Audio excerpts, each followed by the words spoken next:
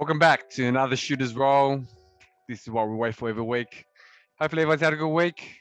I got my hosts on the side. RJ, how are you? Yeah, what's up, T? How's it going, man? Ah, man. Um, Not stating the obvious of where climate we are in the world. Other than that, we're Mm. pretty good. Um, got my wild hair going on. Lack of barber, but I might look into and actually making a video how to cut my own hair. I haven't done it for years, but Wow. I might get back Wow. into it. It's been Okay. a while. Fair enough. Been Fair a enough. while. So you know when you're struggling coming up, trying to make enough money to buy some basketball shoes, to cut your own hair, Yeah, save some yeah. money. Let's I get into feel it. you. I feel you. So today we're going to talk a bit about Ben Simmons, what's going on, this jump shot.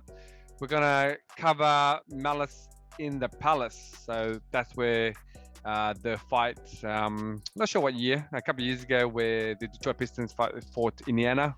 And then the crowd got involved. That documentary just released on Netflix. We're going to get into that.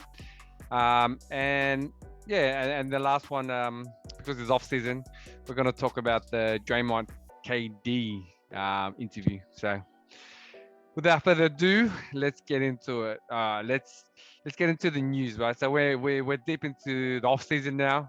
We're rounding the corner into training camp, and yeah, and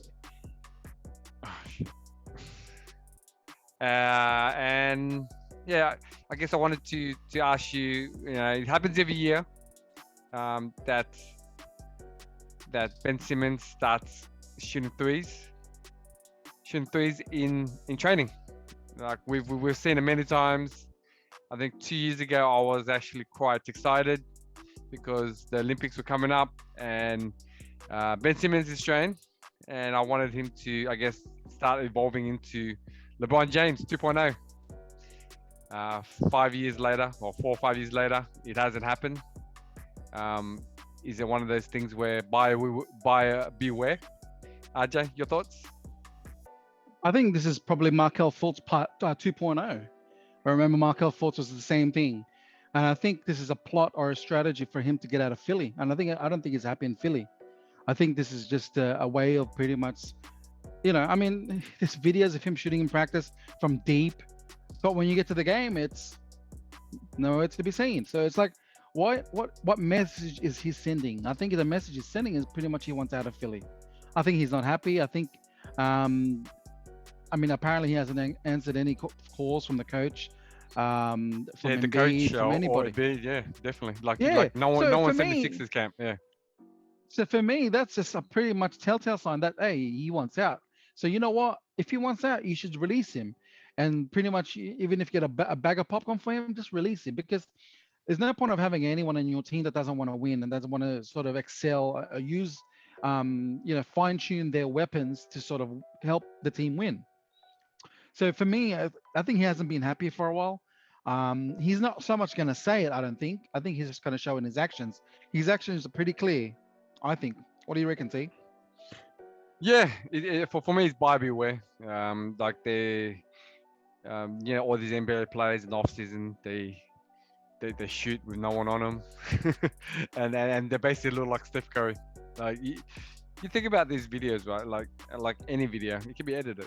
I can shoot 100 3-pointers if I just keep on showing me hitting the jumper that I hit, just repeat 100 times. No True. one's gonna care, right? So then, if that's all it took to be like an NBA player and become Steph Curry, will basically everyone be in the NBA.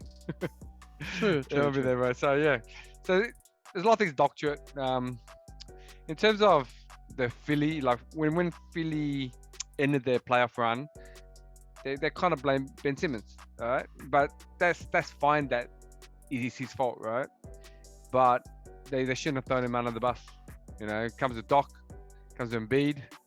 You think about anything that if Ben wasn't thrown under the bus, there'll be more trade value for him.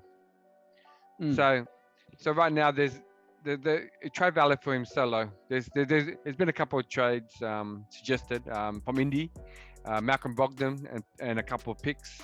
I think the first pick this year for Ben Simmons, that's pretty much nothing, right? But people are trying. And then Yeah. on the opposite end of the scale, Golden State, Philly reached out to Golden State wanting a truckload. They wanted Wiseman, they wanted the 7th pick, the 14th pick, and next year's pick. And then also Wiggins, right? So they wanted a haul. They and you think about who's behind it. The one in charge. He basically was from the Rockets. So they're asking what he's asking for is the same as what you would get for Harden. What you get for Harden, right? So Daryl Morey, man, he's asking for that. So Daryl Morey, I that's didn't it. expect the list. Yeah, That's the name. Yeah, it was off me. He's going out and he's trying to sell, this bomb car for Ferrari. So he's trying to pretend it's a Ferrari. No True. offense to Ben, but his trade value isn't high now. So, like you said, if you go to training camp with him, is that going to be a distraction? I think it's going to be a distraction because it's an unresolved issue. You think about all the players that are meant to get traded and then they had to show up to a team. You think about, actually, we mentioned James Harden. Last year, James Harden had to show up to the Rockets camp after the offseason where he wanted to be traded. He requested to be traded. That's right. Yeah, That's he right. turned up. He turned up out of shape. He turned up. He basically went to the clubs when there's a pandemic going on. Pretty much didn't care. He's just saying, "Trade me. I'm not going to try." So, He gained weight too. I will turn up. I will turn up and play because if I don't, I don't get paid. But I'm not going to try. My heart and soul's not into it. What can Philly do to basically not let this happen and become a straight distraction? I think they need to recruit better. I mean, this is the second time it's happened. Markel Fultz was the same thing. Apparently, had a mental issue with shooting, which I kind of don't understand. Like, I'm not on their level, but I'm a shooter. But I just don't understand what the mental level is. Pretty much, you just have to work on your mechanics. If he went through the whole college season shooting well, then all of a sudden he went to the NBA and just forgot how to shoot, or like choosing not to shoot. I mean, this needs to be really fixed up ASAP before the season started. This is becoming a problem. It's the second time it's happened. Like I said, it's just I think the recruiting process and it's a bit, I don't know, it's too shady. It's too much gray area, and I think they sort of need to look at it closely, so that it doesn't happen again. So maybe they need to see, well, look, are you going to shoot or not? That's one of the functions. I mean, you got two people, Markel with him before and Ben now, who are like not shooting at all.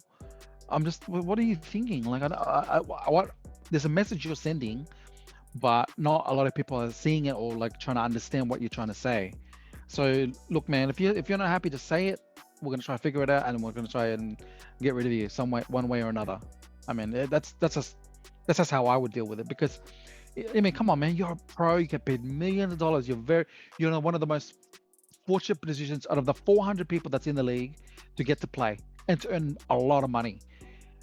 And if you act like that, I'm just thinking to myself, dude, like, are you in it for the right reasons, or are you just hitching it for the money and there's no passion? Well, there's no passion, anything, it's not gonna last. You know what I mean? So it's a shame, though.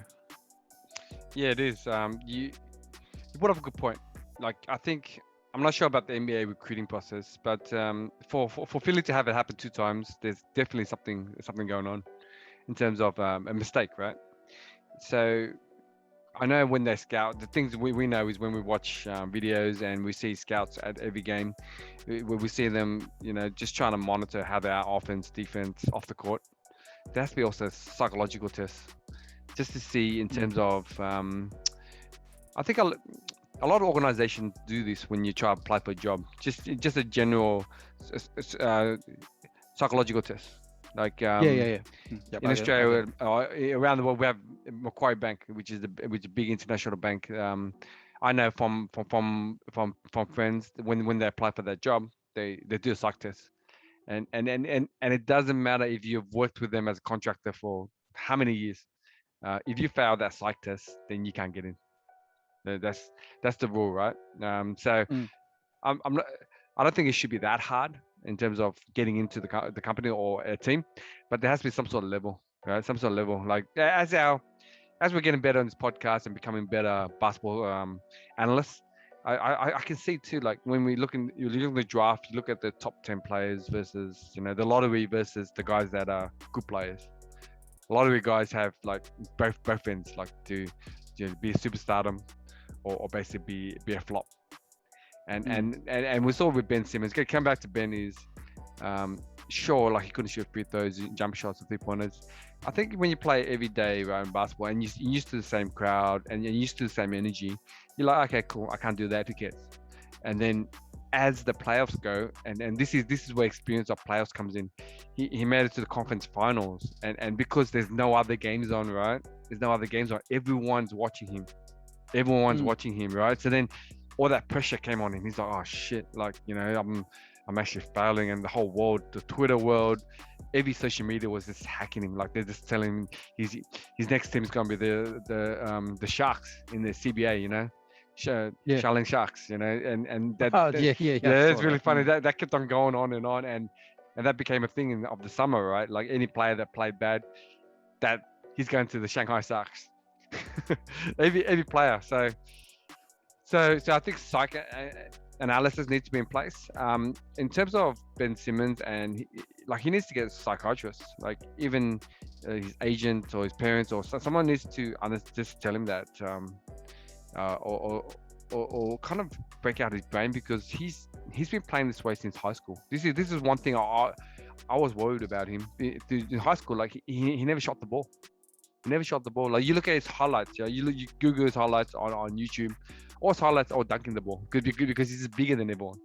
He's bigger. He's more athletic. Like there is like one jump shot between like 10 dunks, and you're thinking, okay, like there's an issue here, you know. And that's what I mentioned before. A bit like LeBron, like he was like that, but LeBron was never scared to take the shot. He shoot airborne, he shoot whatever, miss the shots, but he wasn't scared.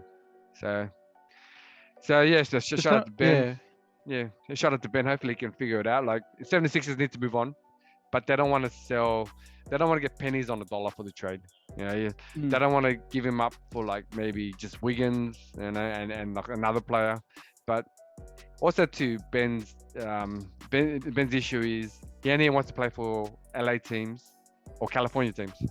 So Lakers are full. We can't afford him unless they have a big splash and they trade one of the key stars. It's not gonna happen. Yeah. Clippers. I don't think it's gonna happen because there's no space for him. Well, what's he gonna do there? Yeah, what's he gonna do exactly? Like if you're gonna get rid of Paul George or Kawhi and replace him, like that's a lot of scoring that's lost. So he's like, Philly's in a good spot. Like, you know, if Ben just listened to, I guess, everyone and just started shooting the ball, like him and Embiid could rule the NBA for the next 10 years. But unfortunately, it didn't happen, and it's not going to happen. I think that he's going to stay 76ers to next season. He's going to turn up. He's going to play well. He's going to play well just because he has to. And they'll look for a trade partner where they can. And the further this goes along, the smaller value that Ben's going to take, because everyone knows he's disgruntled, right? Everyone knows he's disgruntled, and like I say, there's damaged goods. Like you don't know what he's going to get. Like is he going to be motivated? Like, you know, he signed that $175 million 4-year deal, and he's got a long time to go for that deal to finish. And so you don't know what you're going to get. Like are you going to get a player you know, with the same problems, or are you going to ask him to change? But he hasn't changed in all the years he's been there. So you know, people say environment, like if he joins Golden State, like he would change, but he doesn't need to, because then he's surrounded by shooters. Like you think about it, you know. So it's a hard one. As an Australian, as being selfish, and we want to see him in Paris, we want to see him in the World Championships. If he develops a jump shot in 2 years for the World Championships, man, we have a bona fide superstar to combine with our Boomers team that came bronze, and we have a shot to get gold. So I agree with that. Yeah. So we'll see. Hopefully, all the best to him. But yeah, just a terrible situation.